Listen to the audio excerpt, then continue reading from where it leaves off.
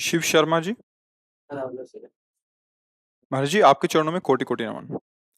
गुरुदेव भगवान, जब से आपका इस दुष्ट मन को आपके दिए गए मार्गदर्शन द्वारा निरंतर में रहने का प्रयास कर रहा हूँ, लेकिन भय बना रहता है कि अचेत अवस्था में नाम जप न होने के कारण विकार हमें परास्त ना कर दें। तुम्हें चिंता किसका प्रश्न है? तुम्हें बच्चा, इस बात का तो डर तुम छोड़ दो। किसी पर भरोसा किया जाता है ना, तुम हमारी बात पर भरोसा रखो। यदि तुम सोते समय जितने चेतना है उतने में तुम राधा राधा राधा मूर्छा और निद्रा के समय हमारे आराध्य देव देखेंगे। पक्का विश्वास कर लो, तुम विश्वास कर लो। केवल तुम चेतना में संभाल लो तो अचेत में समाधि स्थिति तुम्हारी मानी जाएगी, निद्रा समाधि स्थिति। चेतना में हमारे द्वारा जो गलत चेष्टाएं हो रही, गलत चिंतन हो रहा है, बस इनको संभालने के लिए हमारे को आदेश है। तो जानते हो, अभ्यास में बड़ी ताकत होती है। जिस समय हम अपनी चेतना को, अपनी ऊर्जा शक्ति को भगवत स्मरण में लगाएंगे, तो ये अनुभव की बात कहते हैं।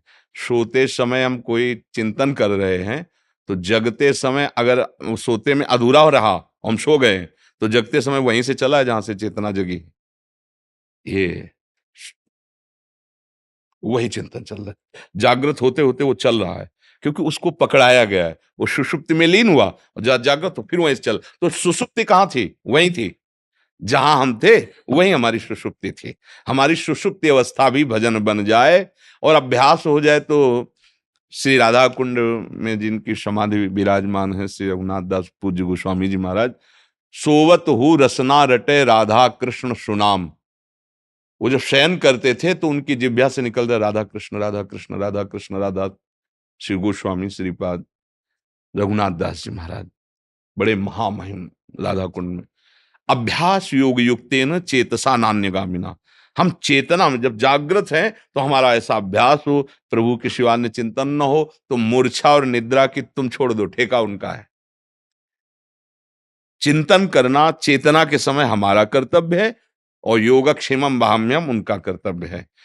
प्राप्त की रक्षा करना, जो अप्राप्त है उसको प्राप्त कराना, ये दोनों कार्य मेरे ठाकुर जी, मेरे गुरुदेव भगवान करते हैं। तो इससे तो तुम निश्चिंत रहो। तुम जितनी चेतना जागृत की है उसको संभाल लो, बस यही तुम्हारी बहादुरी रहेगी। आगे का काम तो लाड़ लीजिए। हमारे ठाकुर जी कहते हैं, जैसे अंतिम समय मूर्छा आ गई, इंद्रियां शुद्ध में नहीं है, उस समय भजन कैसे करे?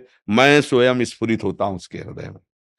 हम अपने लोगों को जो बल है, भगवान की बात का बल है।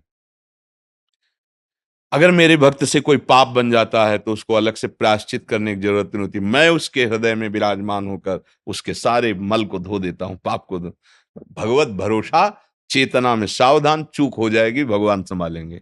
रात न प्रभु चित चूक किए की, करत सुरत सहबार ही की, जन अवगुण प्रभु मान न काऊ, दीन बंधु अति मृदुल स्वभाव। बिल्कुल निर्भय हो जाओ, डरो मत। डरो बुरे आचरणों से, कहीं हमसे ऐसे आचरण न बन जाए कि हम संत समागम में जाने वाले जो भाव हैं उनमें अरुचि पैदा हो जाए। पाप बन जाएगा तो उसका लक्षण होगा, आपको ये सब नाटक लगने लगेगा। पापवंत कर सहज स्वभाव, भजन मोर ते भाव, जो पे दुष्ट हृदय सोई होई मोरे सन्मुख आव। आपको इस गेट में प्रवेश होने, क्या धाम में आने के लिए रुचि नहीं हो गया क्या? सब ऐसा हो जाएगा मन। बस डरो तो इस बात से डरो कि प्रतिकूलस्य वर्जनम, प्रभु के प्रतिकूल कोई आचरण न बन जाए। बस तुम निर्भय रहो, वो बड़े करुणामय हैं, बहुत कृपालु हैं, वो संभाल लेते हैं। और बड़े भाग्यशाली हो जो आप नई अवस्था में भागवतिक मार्ग संबंधी प्रश्न कर रहे हो। तुम्हें चिंता है कि कहीं मैं सो जाऊं, प्रभु को भूल जाऊं, ये छोटी मोटी कृपा नहीं, ये बहुत बड़ी कृपा है।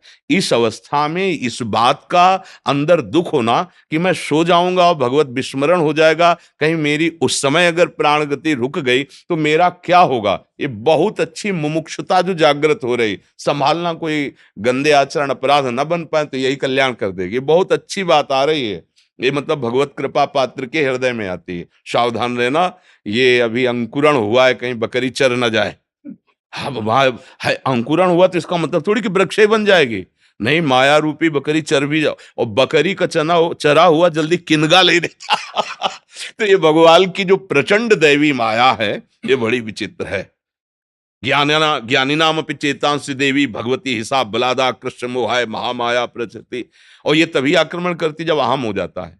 दैन्य भाव से ये जो अंकुरण हो रहा है कि संत कृपा, गुरु कृपा, भगवत कृपा से हो रहा, खूब चलते रहो आगे और कुसंग ना होने पावे, गलत आचरण। तो ये जब बट वृक्ष की तरह जड़ जमा लेगी, फिर तो हाथी झूमे तो कुछ फर्क नहीं पड़ता, 10-20 हजार बकरियां छक जाए तो कोई फर्क नहीं पड़ता, वो अब वृक्ष हो गया। तो ऐसे कितना भी कुसंग हो, जो रहे उत्तम प्रकृति का कर सकत कुसंग, चंदन विष व्यापत नहीं लपटे रहत भुजंग।